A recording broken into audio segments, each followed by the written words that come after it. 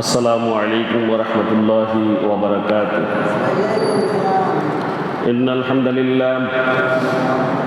لله الأكرم الذي خلق الإنسان وكرم وعلمه من البيان ما لم يعلم، فسبحان الذي لا يحصى امتنانه باللسان ولا بالقلم، ونشهد أن لا إله إلا الله وحده لا شريك له، ونشهد أن سيدنا وحبيبنا وشفيعنا ومولانا محمدا عبده ورسوله الذي أرسله بالحق بشيرا ونذيرا وداعيا إلى الله بإذنه وسراجا وقمرا منيرا. وقد قال الله تعالى في كلامه المجيد وفرقانه الحميد: أعوذ بالله من الشيطان الرجيم. بسم الله الرحمن الرحيم.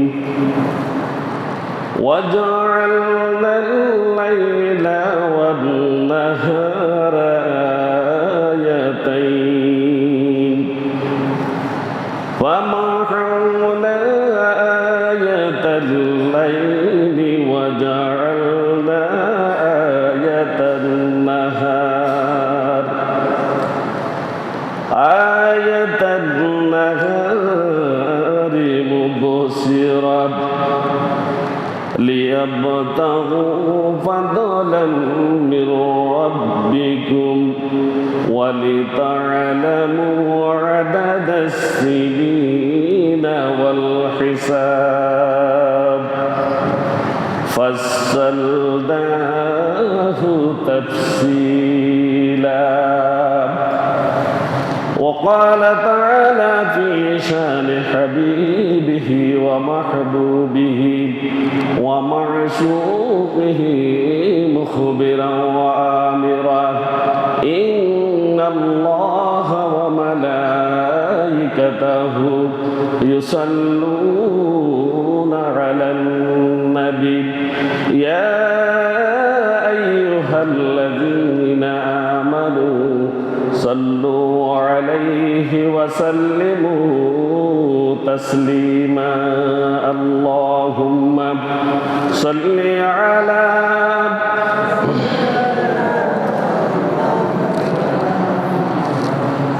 وعلى آل سيدنا مولانا محمد محبতের সাথে সকলে জোরে পড়ি: আল্লাহুম্মা সাল্লি আলা সাইয়্যিদিনা মাওলানা মুহাম্মদ ওয়া আলা আলি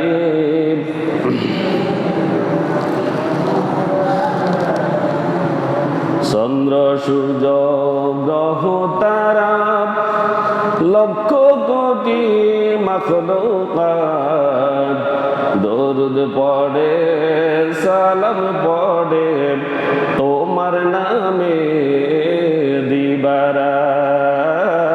আল্লাহুম্মা সাল্লি আলা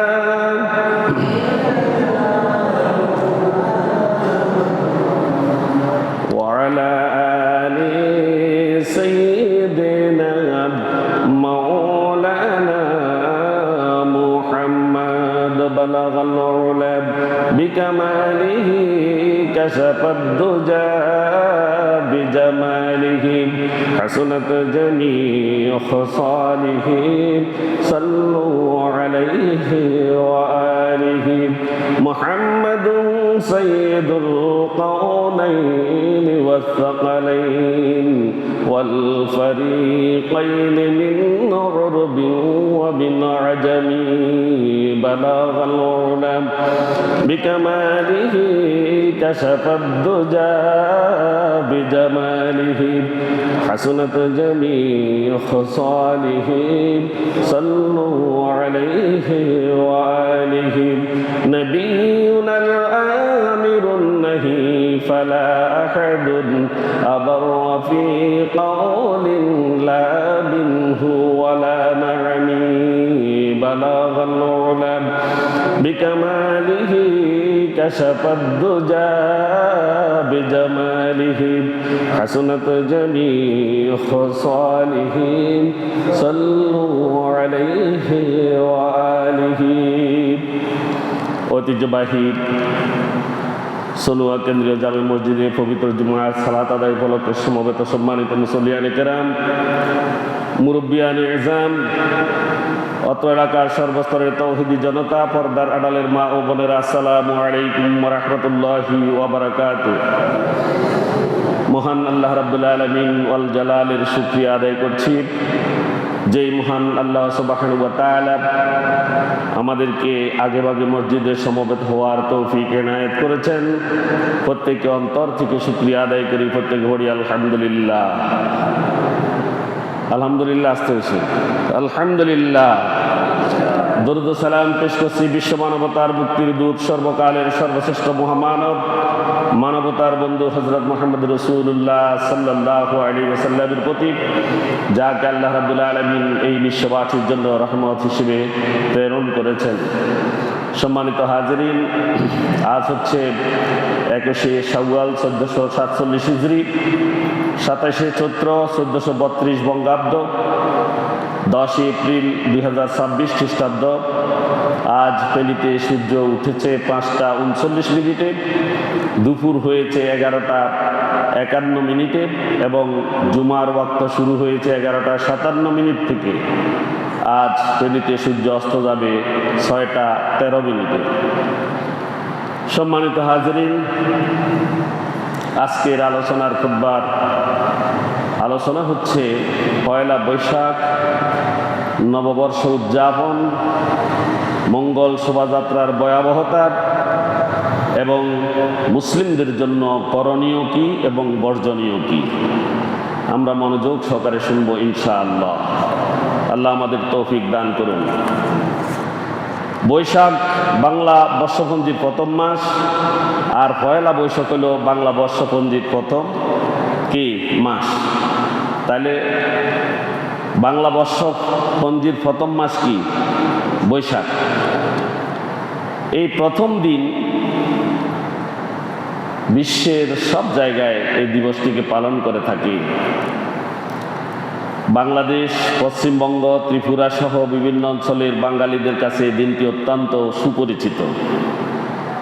বাংলা সন মূলত কৃষিভিত্তিক একটি বর্ষপঞ্জি। এটা কৃষকদের হিসাবের জন্যই এই বাংলাটা চালু হয়েছিল। তবে বর্তমান সময়ে কৃষির হিসাব ছাড়াই এই সনটি ধর্ম বর্ণ নির্বিশেষে সকল বাঙালির কাছে অত্যন্ত সমাদৃত, পরিচিত। তবে এ ফাঁকে দিক একটু না বললে নয়, পরিচিত ঠিক আছে বাংলা, আমরাও বাঙালি, কিন্তু বাংলা মাসের খবর নাই। আসেনি খবর কোন দিন হয়? শুধু বৈশাখের প্রথম দিন, বৈশাখের প্রথম দিন, কিছু আকাম কুকাম করার জন্য। দিন তারিখের গণনা আমাদের মানব জীবনের একটি অপরিহার্য বিষয়। এটা আমাদের দরকার। সারা বিশ্বে আরবি ও ইংরেজি সন সবার কাছে পরিচিত হলেও এই দুই বর্ষপঞ্জি ছাড়াও অঞ্চল বিশেষে, যেটা বলছি জাতিভেদে এই বর্ষপঞ্জি রয়েছে, তেমনি পৃথিবীর সকল বাঙালির কাছে সুপরিচিত বর্ষপঞ্জি হলো বঙ্গাব্দ। আর এই বর্ষপঞ্জির গণনা হিসেবে আজ হচ্ছে 27শে চৈত্র, 27শে চৈত্র 1432 বঙ্গাব্দ, যেটা আমি শুরুতেই বলেছি। আজ শুক্রবার, বাংলা সন একেবারে শেষের দিকে, আর 3 দিন আছে। কয়দিন? আজকে 27 তারিখ হলে আর 3 দিন আছে। 3 দিন পরে শুরু হবে বাংলা আবার কি 1433 সালের বঙ্গাব্দের গণনা শুরু হবে। এই শুরুর প্রথম দিন হচ্ছে বৈশাখ। আমাদের বাংলাদেশ সহ পৃথিবীর বিভিন্ন দেশের বাঙালিরা নতুন বাংলা সনের প্রথম মাসের প্রথম দিনে ঘটা করে একদম এই দিনটিকে আয়োজন করে, ঠিক কিনা? আর পয়লা বৈশাখ এখানে ফান্তা ইলিশ টিলিশ বহু ব্যাপার স্যাপার আছে, এগুলো ইসলামী কালচারে নাই, আসেনি? এই দিনে বহু বাঙালি বিভিন্ন রাস্তায় রাস্তায় র্যালি করে, আমি সামনে আরো বলবো।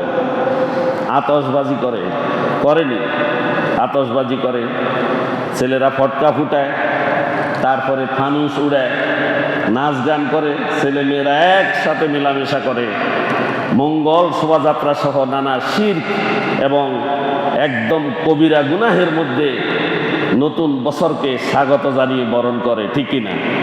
এমন গুনার মাধ্যমে নতুন বছরকে স্বাগত জানায় এবং বরণ করে, যার কারণে ইমানও চলে যায় একবারে, আর মুসলমানিত্ব কিচ্ছুই থাকে না, থাকেনি। আমার সাথে একমত নি আপনারা? একমত।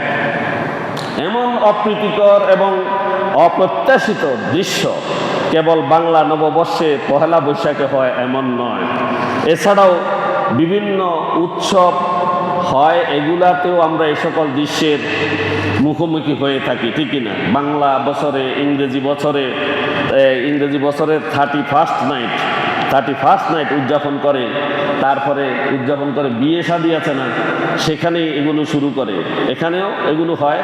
তারপরে বিয়ে শাদীর অলিমা অনুষ্ঠান আছে না, সেখানেও হয়। আকিকার অনুষ্ঠান আছে না, সেখানেও হয়। এই সমস্ত দৃশ্যগুলো বাংলাদেশের মানুষের রন্ধ্রে রন্ধ্রে ঢুকে গিয়েছে, ঠিক কিনা? আমি মিথ্যা বলছি না। এই সকল অনুষ্ঠানগুলো যখন পালন করা হয় তখন আর ঈমান থাকে না, কি থাকে না? আল্লাহর সাথে শিরক করা হয়। এখন প্রশ্ন হলো, একজন মুসলমান কি পয়লা বৈশাখ উদযাপন করতে পারে? এটি কি ইসলামের দৃষ্টিকোণ থেকে অনুমোদিত আছে? না। কাজেই আজকের জুমায় আমরা আলোচনা করব এই বিষয়ে। বাংলা সনের ইতিহাস এবং কোরআন হাদিসের আলোকে পয়লা বৈশাখ উদযাপনের ভয়াবহতা, উপকারিতা, অপকারিতা, পাশাপাশি আমাদের জন্য করণীয় এবং বর্জনীয় কি, এই আলোচনার মাধ্যমে আমরা সঠিক সিদ্ধান্তে পৌঁছাবো ইনশাআল্লাহ। আল্লাহ তাআলা আমাদেরকে সঠিকভাবে আলোচনার তৌফিক দান করুন এবং বোঝার তৌফিক দান করুন। যে কোনো বর্ষপঞ্জি অনুযায়ী দিন তারিখের গণনা আমাদের উপর আল্লাহ তাআলার বিশেষ এক নিয়ামত। আল্লাহ তাআলা মানব জাতির জীবন ব্যবস্থাকে সহজীকরণের জন্য দিন তারিখ, মাস ইত্যাদির গণনা এবং হিসাব নিকাশের জন্য বিভিন্ন বর্ষপঞ্জি আল্লাহ রাব্বুল আলামিন আমাদেরকে দান করেছেন। আল্লাহ করেছেন, এই কথাতে কোনো আমাদের অবিশ্বাস আছে নি? কোনো বিশ্বাস তো আছে। আল্লাহ দিয়েছেন। কোরআনে 12 মাসের নামও উল্লেখ করেছেন কিনা? 12টি মাস, এই কথাও বলেছেন। যদি তা না হতো তাহলে মানব জাতির জীবন ব্যবস্থা একদম বিপর্যয় নেমে আসতো। এটি আমাদের উপর আল্লাহ তাআলার বিশেষ এক নিয়ামত এবং তার এক কুদরতের বহিঃপ্রকাশ। এই সম্পর্কে আল্লাহ রাব্বুল আলামিন আমাদেরকে পবিত্র কোরআনুল কারীমের বেশ কিছু আয়াতে তার কুদরতের বর্ণনা দিয়েছেন। আল্লাহ রাব্বুল আলামিন সূরা বনী ইসরাঈলের 12 নং আয়াতে ইরশাদ করেছেন, যেটা আমি খুতবায় তেলাওয়াত করেছি। বিসমিল্লাহির রহমানির রহিম। ওয়াজআলনাল লাইলা ওয়ান নাহারা আয়াতাইন ফামাহউনা আয়াতাল লাইলি ওয়াজআলনা আয়াতান নাহারি মুবসিরাত লিয়াবতাগু ফাদলাম মির রাব্বিকুম ওয়া লিতা'লামু আদাদাস সিনিনা ওয়াল হিসাব ওয়া কুল্লা শাইইন ফাসসালনাহু তাফসীলা। আল্লাহ রাব্বুল আলামিন বলেছেন, ওয়াজআলনাল লাইলা ওয়ান নাহারা আয়াতাইন, আমি রাত ও দিনকে দুটিকেই মানব জাতির জন্য নিদর্শন করেছি। কি করেছি? নিদর্শন। কি জন্য নিদর্শন করেছেন? ফামাহউনা আয়াতাল লাইল, অতঃপর আমি রাতের নিদর্শনকে ম্লান করে দিয়েছি দিনের দ্বারা। দিন যখন আসে রাতের কোনো চিহ্ন থাকে না, থাকে না। ওয়াজআলনা আয়াতান নাহার নাহারি মুবসিরা, আর দিনের নিদর্শনকে আমি করেছি আলোকিত। দিনটাকে কেমন করেছি? আল্লাহ রাব্বুল আলামিন দিনকে আলোকিত করেছেন। লিয়াবতাগু ফাদলান মির রাব্বিকুম, যাতে তোমরা তোমাদের প্রতিপালকের অনুগ্রহ বা তোমাদের প্রতিপালক তোমাদেরকে যে রিজিক দিয়েছেন সেটি তোমরা অন্বেষণ করতে পারো, আহরণ করতে পারো। ওয়ালিতা'লামু আদাদাস সিনিনা ওয়াল হিসাবা, এবং যাতে তোমরা বছরের সংখ্যাও হিসাব করতে পারো, বছরের সংখ্যাও হিসাব করতে পারো। রাত একটা যাবে, দিন আসবে, দিন এটা যাওয়ার সাথে সাথে একদিন, রাত দিন মিলায় 24 ঘন্টা, 24 ঘন্টায় একদিন। এভাবে আল্লাহ রাব্বুল আলামিন হিসাব করে দিয়েছেন। এরপর আল্লাহ রাব্বুল আলামিন বলেছেন ওয়া কুল্লা শাইইন ফাসসালনাহু তাফসীলা, আর আমি সব কিছু বিস্তারিতভাবে বর্ণনা করেছি। কিভাবে? বিস্তারিত কোরআনে আছে কি নাই? আমাদের সমস্যা হলো আমাদের কোরআনের সাথে সম্পর্ক নাই। কি নেই? কোরআনের সাথে কি নেই? সম্পর্ক নাই। এমনি মুসলমান, এমনি কি মুসলমান, মুসলমান হয়ে গেছি আমরা, এটা আমাদের জন্য সৌভাগ্যের। তবে দুর্ভাগ্য হলো কোরআন আমাদের থেকে অনেক দূরে, কোরআন আমাদের কাছ থেকে অনেক দূরে।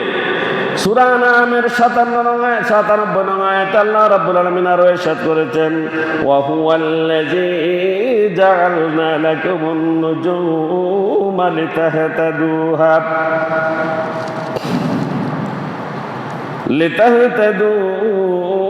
বিহা ফি যুলুমাতি ওয়াল বাররি ওয়াল বাহর قد فصلنا الآيات لقوم يعلمون।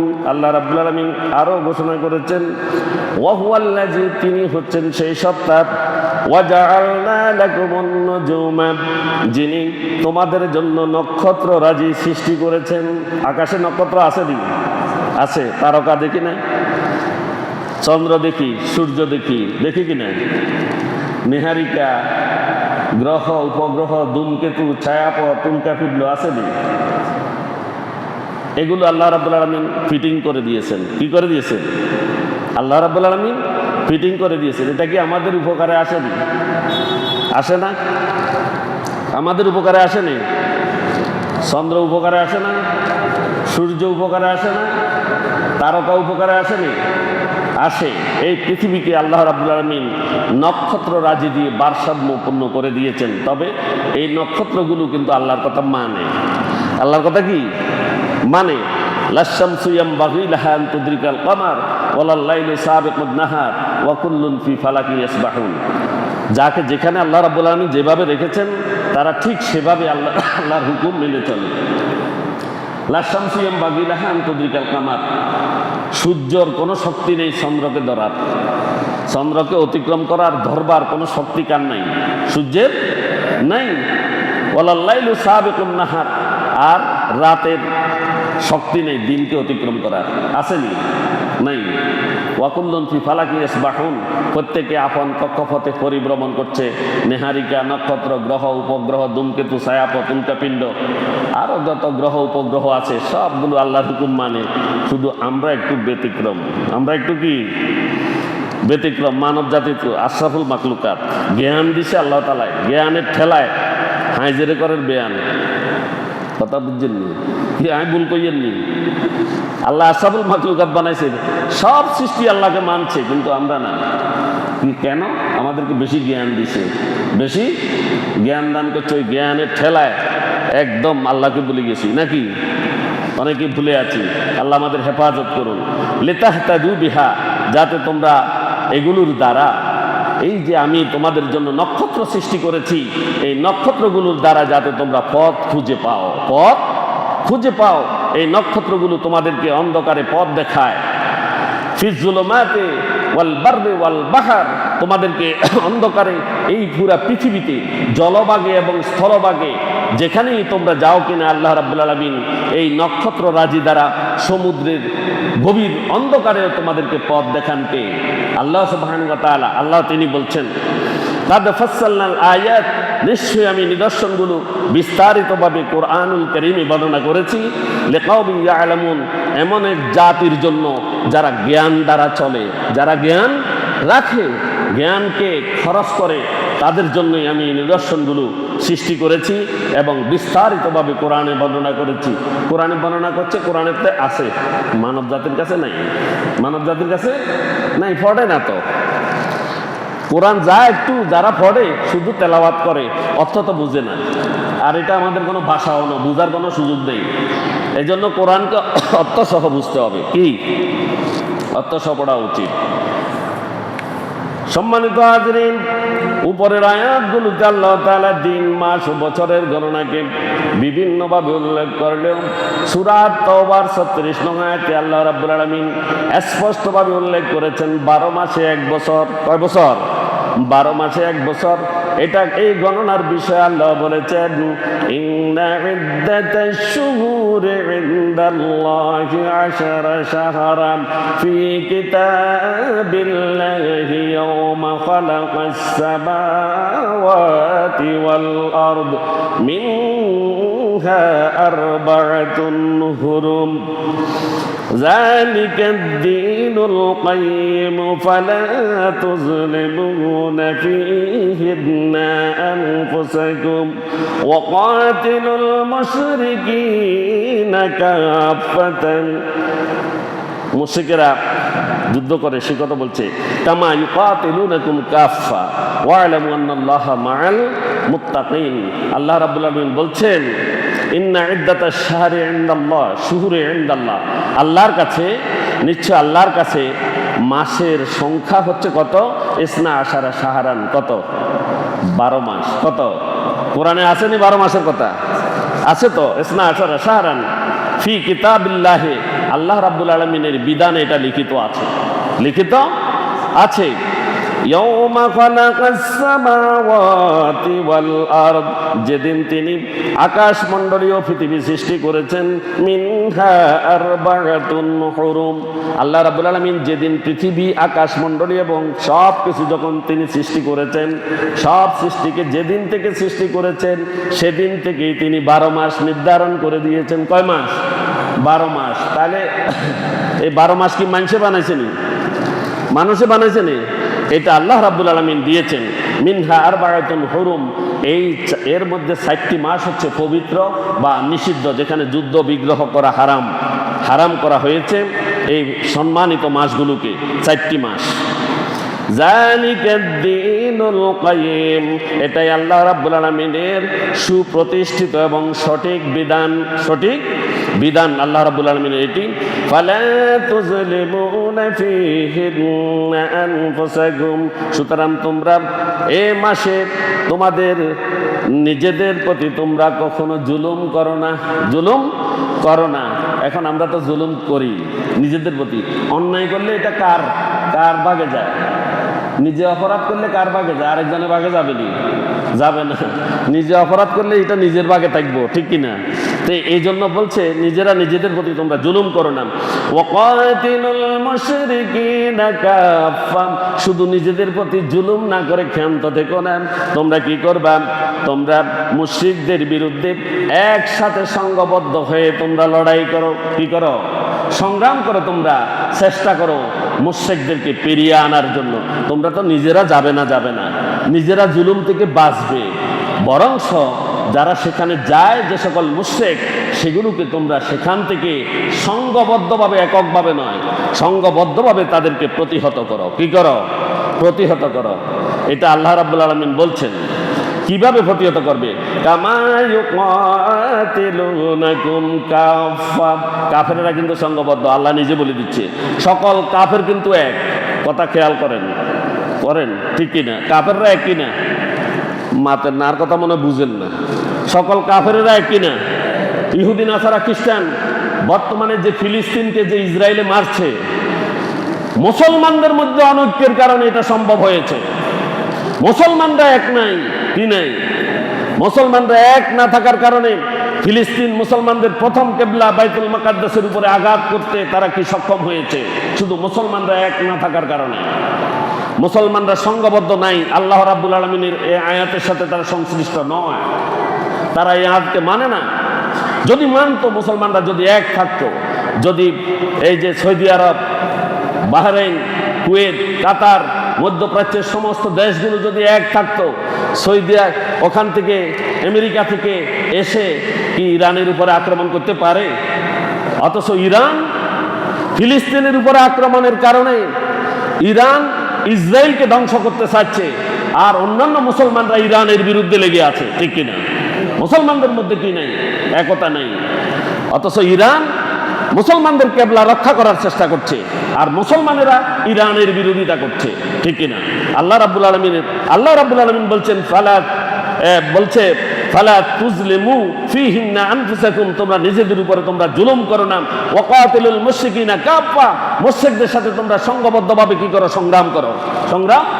অথচ মুসলমানরা বিচ্ছিন্ন হয়ে আছে, ঠিক কিনা? আছে না বিচ্ছিন্ন?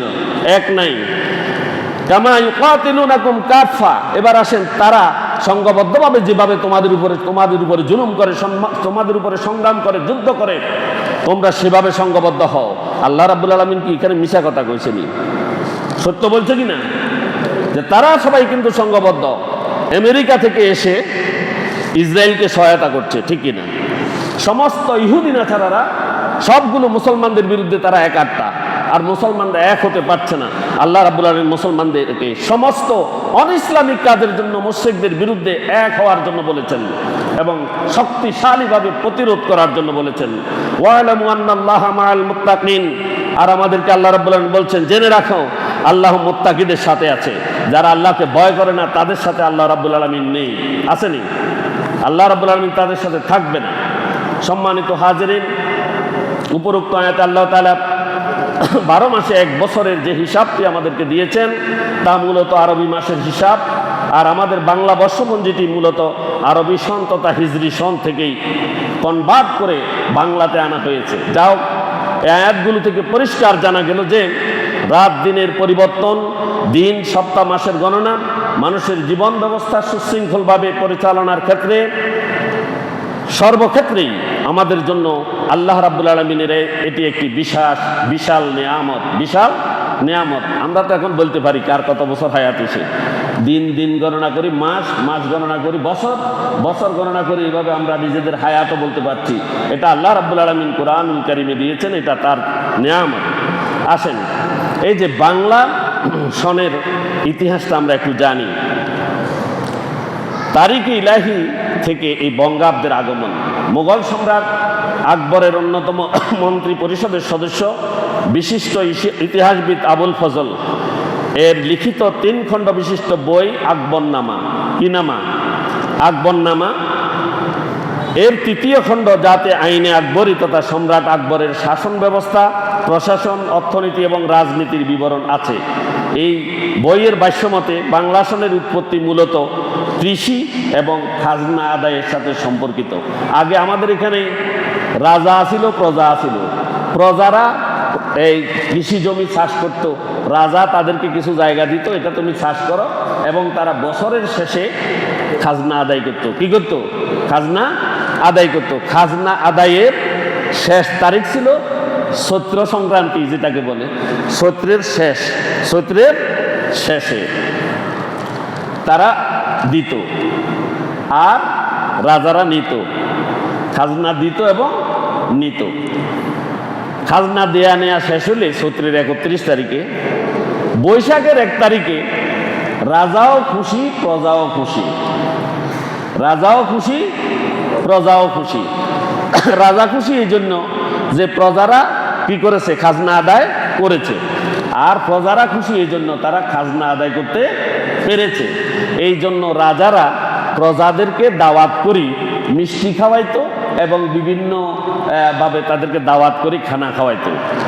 তখন তারা এটাকে উদ্দেশ্য করে তারা একত্রিত হয়ে তারা সেখানে কিছু আনন্দ ফুর্তি করত। কি করত? আনন্দ ফুর্তি করত।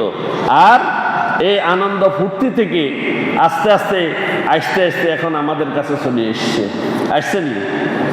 আচ্ছা, আমাদের বাংলাদেশে আমি একটা জিনিস দেখেছি, সেটা হলো আমরা যখন ছোট ছিলাম তখন এই বাংলা নববর্ষ পালন করা হতো না।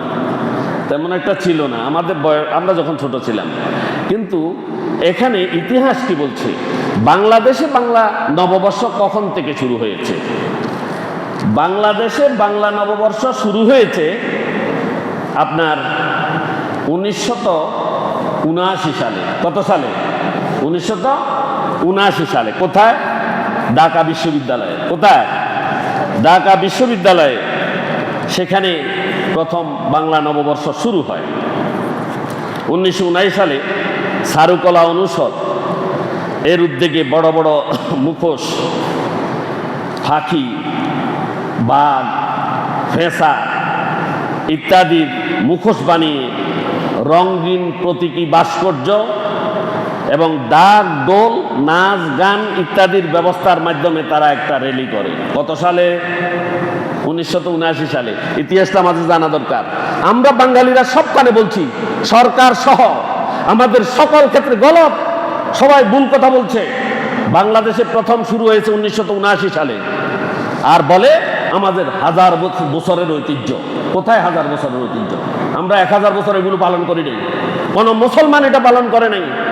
1979 সালে ঢাকা বিশ্ববিদ্যালয়ের চারুকলা অনুষদ প্রথম এটাকে শুরু করেছে র্যালির মাধ্যমে।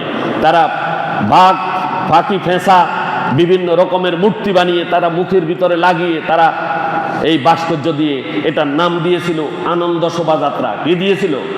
কথা খেয়াল রাখেন, আনন্দ শোভাযাত্রা। কি নাম দিয়েছিল? আনন্দ শোভাযাত্রা। অতঃপর 1996 সালে 1996 সালে, আর বাকিগুলো আপনারা খেয়াল করেন, সরকার আসে সরকার যায়, কোন সময় কখন আসে এটা খেয়াল রাখেন।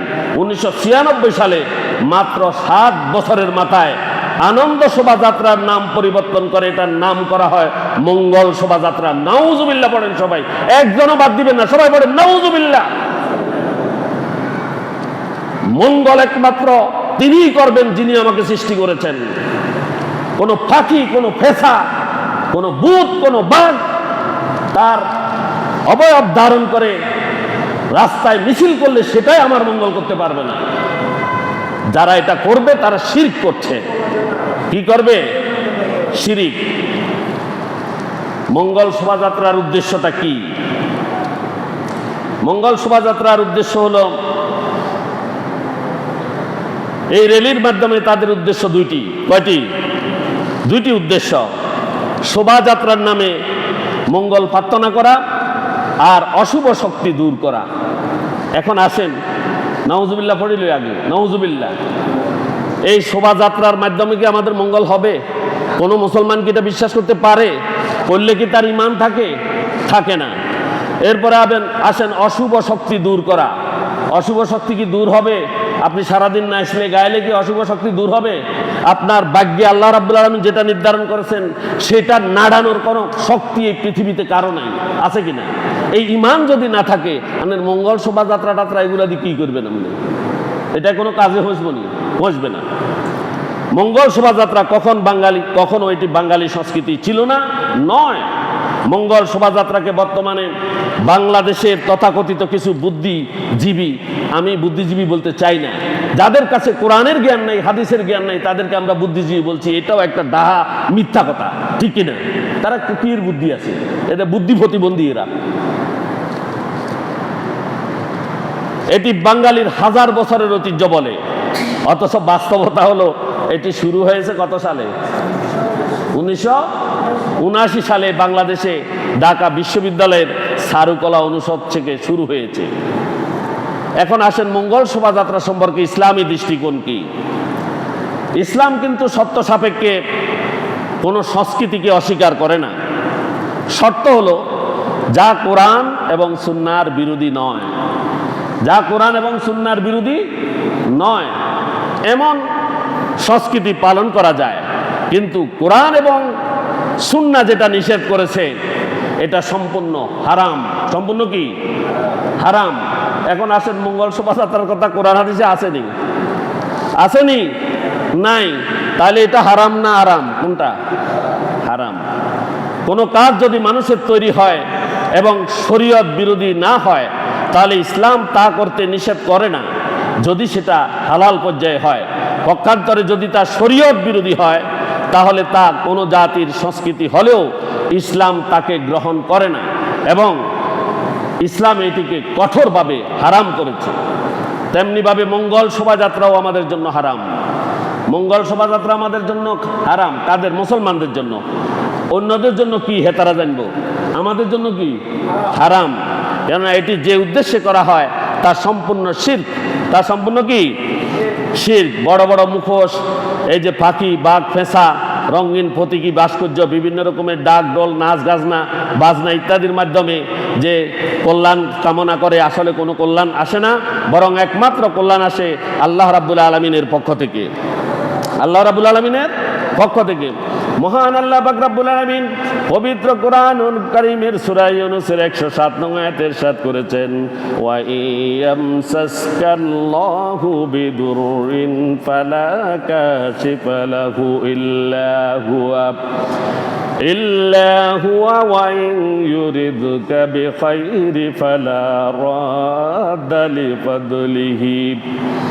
লিফাদলিহি ইউসিবু বিহি মান ইয়াশাউ মিন ইবাদিহি ওয়া হুয়াল গফুরুর রহিম। আল্লাহ রাব্বুল আলামিন কি সুন্দর করে বলে দিয়েছেন। আল্লাহ বলছেন, ওয়া ইয়ামসাসকাল্লাহু বিদুররিন, আর আল্লাহ যদি তোমাকে কোনো কষ্ট স্পর্শ যদি করান, তোমাকে যদি কোনো কষ্ট দেন, ফালা কাশিফা লাহু ইল্লা হুয়া, পৃথিবীর মধ্যে আর কেউ নেই তোমাকে এখান থেকে তোমার কষ্ট দূর করে দিবে, তোমাকে আরোগ্য করার শক্তি এই পৃথিবীর কারণেই আসেনি। আরে একটা পিপিলিকার মধ্যে 6টা পা, 6টা পা যদি মানব জাতি এইভাবে ফু দিলে 6টা পায়ের ভিতরে অত 2-3টা ভেঙে যায়। পৃথিবীর সমস্ত ডাক্তারানি যদি ব্যান্ডেজ করা বেলা দিয়ে পিপিলিকার পা একটা ঠিক করতে পারবো নি? পারবে না। তাহলে এই পৃথিবীতে মানুষ যেগুলো করে ওই অন্য ডাক্তাররা যেগুলো করে সেগুলো করবে, ঠিক আছে, আমি ডাক্তারদের বিরোধিতা করছি না। তবে বিষয় হলো এখানে ক্ষুদ্র প্রাণী, এটা সম্ভব হবে না। এই জন্য আল্লাহ রাব্বুল আলামিন কোরআনুল কারীমে ক্ষুদ্র ক্ষুদ্র প্রাণী দিয়ে মানব জাতিকে উদাহরণ দিয়েছেন। ক্ষুদ্র প্রাণী দিয়ে তোমরা এরকম প্রাণীদের এটা করে নিয়ে আসো, কিন্তু কেউ পারবে না। ফালা কাশিফা লাহু ইল্লা হুয়া, তবে আল্লাহ রাব্বুল আলামিন ছাড়া তোমাদেরকে এই পৃথিবীতে আর কেউ তোমাদের কষ্ট এটা দূর করতে পারবে না। ওয়া ইউরিদকা বিখাইরিন, আর আল্লাহ যদি তোমার কোনো কল্যাণ করতে চান, ফালা রাদ্দা লিফাদলিহি, তবে তার অনুগ্রহ প্রতিহত করার এই পৃথিবীতে আর কেউ নেই। আসেনি? ওই মঙ্গল শোভাযাত্রার কথা কইছেনি এখানে। আপনি মঙ্গল চাইবেন রাস্তায়, ওখানে কল্যাণ কামনা করবেন রাস্তায়, কার কাছে চাইলেন আপনি? বাঘ, ফেঁসা, হাতির কাছে? মানবেও তো মানবের কল্যাণ করতে চায় না, করে না। আপনি যার কাছে চাইছেন সে আপনার কি কল্যাণ করবে? হে তো নিজের কল্যাণও বুঝে না। এগুলো তো কি আপনি পূজা করছেন? কি করছেন? পূজা। আল্লাহর সাথে শিরিক করলেন, আপনি অন্য কাউকে ক্ষমতাধর মনে করলেন। আর আল্লাহ বলছেন, আমি যদি কারো কষ্ট দিই, পৃথিবীতে কেউ কষ্ট এটা দূর করার আর কেউ নেই। আর আমি যদি কারো কল্যাণ কামনা করি, এই পৃথিবীতে কেউ নাই তার ক্ষতি করে। এই পৃথিবীতে কি কেউ আসেনি? ফালা রাদ্দা লিফাদলিহি, তবে আল্লাহর অনুগ্রহ প্রতিহত করার এই পৃথিবীতে আর কেউ নেই এবং থাকবেও না, আসবেও না, অতীতেও ছিল না। এটার উপরে ঈমান আসেনি আমাদের? আছে তো, আছে। নাসিবু বিহি মাইয়াশাউ মিন ইবাদিহি, তিনি তার বান্দাদের মধ্যে যাকে ইচ্ছা তিনি তা দান করেন, অনুগ্রহ দান করেন। সমস্ত বান্দাকে আল্লাহ খাওয়াচ্ছেন, অনুগ্রহ দিচ্ছেন।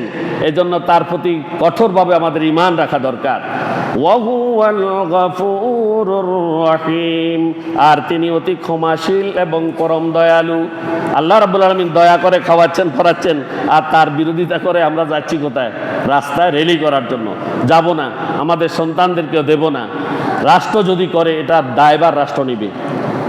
কথা বুঝেন?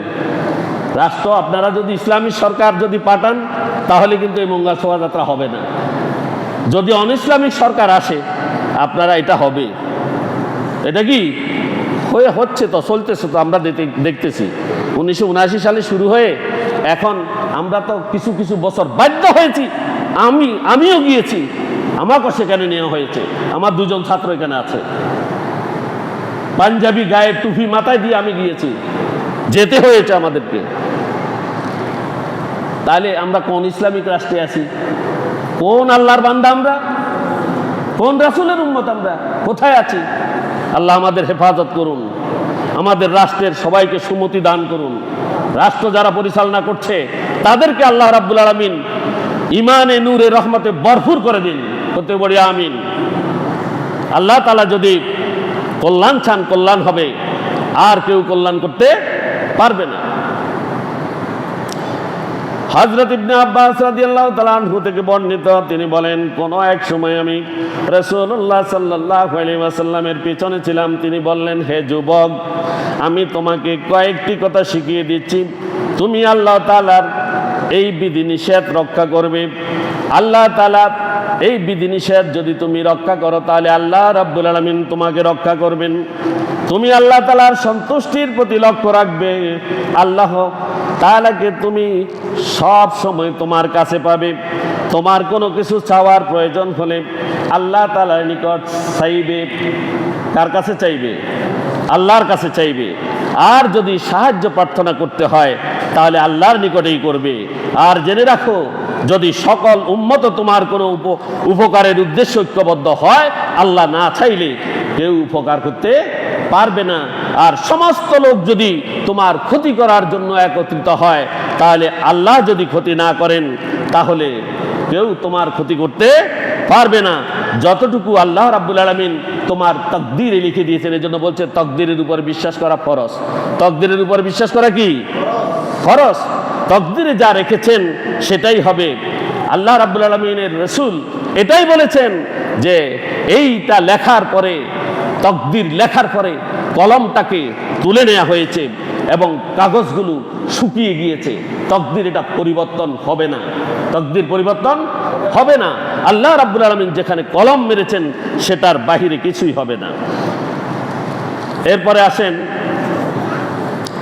যে বিভিন্ন প্রাণীর প্রতীক বা মুখোশ ব্যবহারের বিধান।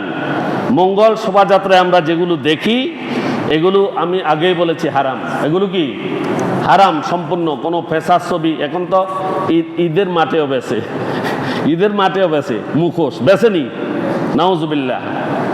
হযরত মুসলিম রহমতুল্লাহ আলাইহি থেকে বর্ণিত, তিনি বলেন, আমরা একবার মাশরুকের সাথে ইয়াসার ইবনে নুমাইরের ঘরে ছিলাম। মাশরুক ইয়াসারের ঘরের আঙ্গিনায় কতগুলো মূর্তি দেখতে পেয়ে বললেন, আমি আব্দুল্লাহ ইবনে মাসউদ রাদিয়াল্লাহু তাআলা আনহু থেকে শুনেছি এবং তিনি নবী সাল্লাল্লাহু আলাইহি সাল্লামকে বলতে শুনেছেন যে মানুষের মধ্যে সব থেকে শক্ত শাস্তি হবে ওই ব্যক্তিদের যারা এই ধরনের মূর্তি বানিয়ে যারা ব্যবহার করে কাল ময়দানে মাহশরে তাদের সবচাইতে শক্ত শাস্তি হবে। কি হবে? শক্ত কঠিন শাস্তি হবে। মঙ্গল শোভাযাত্রা মূলত হিন্দুয়ানি প্রথার সাথে সাদৃশ্যপূর্ণ একটি কর্মকাণ্ড। এটি শুরু করেছে প্রথমে, যেটা আমি বলেছিলাম, প্রজা এবং রাজারা বসে আনন্দ করতো, দাওয়াত করে খাওয়াইতো, মুসলমানদের এটাই ছিল। কিন্তু এটার পরে হিন্দুরা এটাকে ব্যতিক্রম করে ফেলেছে। কি করেছে? তারা এখান থেকে সেপারেট হয়ে তারা বিভিন্ন রকমের নাচ গান ইত্যাদি তারা সেখানে নিয়ে এসেছে। আনার পরে এটা আস্তে আস্তে হিন্দুদের মধ্যে চালু হইতে হইতে মুসলমানদের বাচ্চারা সাচ্চা ঈমান না থাকার কারণে ওই তাদের সাথে যাই ঢুকে গিয়েছে, তাদের সাথে যাই ঢুকে তাদের উৎসব পালন করা শুরু করে দিয়েছে, যা সম্পূর্ণ বিধর্মীয় কালচার। বিধর্মীদের আচার অনুষ্ঠান বা কালচারে অংশগ্রহণ করা কত বড় জঘন্য পাপ তা আল্লাহ রাব্বুল আলামিন সূরা ফুরকানের ৭২ নং আয়াতে বলেছেন, ওয়াল্লাযীনা ইয়াশহাদুনা আয-যুরা ওয়া ইযা মাররু বিল লাগবি মাররু কিরামা। আল্লাহ তাআলার বান্দা তারাই, আল্লাহ তাআলার বান্দা কি? তারাই যারা অন্যায় যেখানে, খারাপ যেখানে, সেখানে অংশগ্রহণ করে না। এটা কার কথা? আল্লাহর কথা। আল্লাহর বান্দা তারাই যারা খারাপ কাজে অংশগ্রহণ করে না এবং তারা যখন কোথাও কোনো খেল তামাশা, এটাকে খেল তামাশা বলা হয়েছে, এই তামাশা যেখানে চলে, এই বিধর্মীদের উৎসব তার ফাঁস দিয়ে যদিও যায় তখন ভদ্রভাবে এটাকে এড়িয়ে যাওয়ার জন্য বলেছে। কিভাবে? ভদ্রভাবে এড়িয়ে যেতে হবে। ওখানে ওদেরকেও কিছু বলার দরকার নেই, ওদের উৎসব ওরা করো, কিন্তু আমরা সেখানে যাব না। মুসলমানরা আমরা সেখানে যাব না। আর যদি যাই তাদের সাথে একত্র হয়ে যাই, তার মধ্যে আর আমার মধ্যে তো কোনো পার্থক্য আসেনি, নাই। আল্লাহ রাব্বুল আলামিন বলেছেন, ইয়া আইয়ুহাল্লাযীনা আমানু উদখুলু ফিস-সিলমি কাফফা ওয়া লা তাত্তাবিউ খুতুওয়াতিশ শাইতান ইন্নাহু লাকুম আদুউম মুবিন। আল্লাহ বলছেন, কি সুন্দর করে বলে দিয়েছেন, ইয়া আইয়ুহাল্লাযীনা আমানু, তোমরা যারা ঈমানের দাবি করো, নিজেকে মুমিন কও, নিজেরে মুসলমান কও, তোমরা শোনো, তোমাদেরকে বলছি, উদখুলু ফিস-সিলমি কাফফা, ইসলামে তোমরা পরিপূর্ণভাবে দাখিল হয়ে যাও। কিভাবে? একটা মানি আর একটা মানি না, এটা নাকি? মঙ্গল শোভাযাত্রায় গেলে মঙ্গল চলিয়ে আইব, তাইলে আল্লাহরে মানা হয়েছে নি? হয়েছে নি? একটা মানবেন একটা মানবেন, এটা হবে না। আল্লাহ বলছেন পরিপূর্ণভাবে ইসলামে দাখিল হও। উদখুলু ফিস-সিলমি কাফফা, ইসলামে পরিপূর্ণভাবে দাখিল হও। ওয়ালা তাত্তাবিউ খুতুওয়াতিশ শাইতান, সাবধান, ওই যে শয়তানের পথ, শয়তানের পদাঙ্ক, শয়তান যে পথে যায় সেই পথ তুমি অনুসরণ করবে না। ইন্নাহু লাকুম আদুউম মুবিন, নিশ্চয়ই শয়তান হচ্ছে তোমাদের প্রকাশ্য দুশমন। কি প্রকাশ্য দুশমন? আমি আগেই বলেছি। আল্লাহ বলছেন এই মুশরিকদের বিরুদ্ধে মুসলমানদেরকে শক্তিশালী হয়ে লড়াই করার জন্য, সংগ্রাম করার জন্য, যেভাবে সকল মুশরিকগুলো, সকল কাফেরগুলো এক, সকল কাফেরগুলো এক, এজন্য বলছে এরা তো আমাদের দুশমন, আল্লাহ নিজেই ঘোষণা করে দিয়েছেন। তাহলে আমরা কি ওই দুশমনদের অনুষ্ঠানে অংশগ্রহণ করব নি? করব? আমার সাথে ওয়াদা করতে হবে। আমরা তো করব না, আমাদের সন্তানদেরকেও করতে দিব না, আমাদের নাতি পুতি যারা আছে এদেরকেও দিব না। আমাদের বংশ যতটুকু গেছে, আমি যদি মুসলিম পরিচয় দিই, ততটুকুতে আমাদেরকে শক্তভাবে দাঁড়িয়ে মঙ্গল শোভাযাত্রা প্রতিহত করা উচিত, ঠিক কিনা? এটা ইমানের দাবি। এটা কি ইমানের দাবি? রাসূল সাল্লাল্লাহু আলাইহি ওয়াসাল্লাম বলেছেন, মান তাশাব্বাহা বিকওমি ফাহুয়া মিনহুম, যে ব্যক্তি বিজাতির সাদৃশ্য অবলম্বন করবে সে তাদের দলভুক্ত হয়ে যাবে এবং হাসর নাসর তার সাথে হবে। নাউজুবিল্লাহ পড়েন, নাউজুবিল্লাহ। তাহলে সে কি আর মুসলমান থাকলো নি? থাকলো না।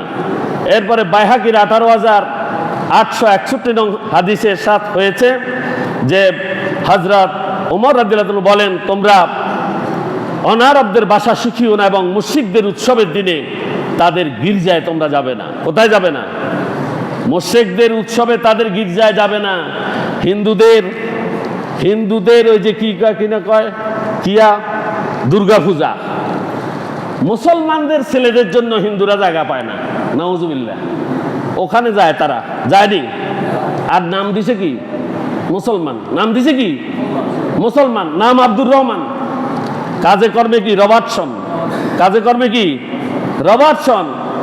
নামাজ কলমার দাঁড় ধারে না, ইসলামী জীবন মানে না, মানে না হাদিস কোরআন, হায়রে আব্দুর রহমান। কারণ তাদের উপর আল্লাহর গজব নামতে থাকে। কি নামতে থাকে? এই জাতির উপরে গজব। আমি গত জুমায় বলেছি, জহরাল ফাসাদু ফিল বাররি ওয়াল বাহরি বিমা কাসাবাত আইদিন নাস, বলছি কিনা? গত জুমায় বলছি যে জলে এবং স্থলে যত বিপর্যয় সৃষ্টি হয় সব মানুষের হাতের কামাই। কিসের কামাই? দুই হাতের কামাই।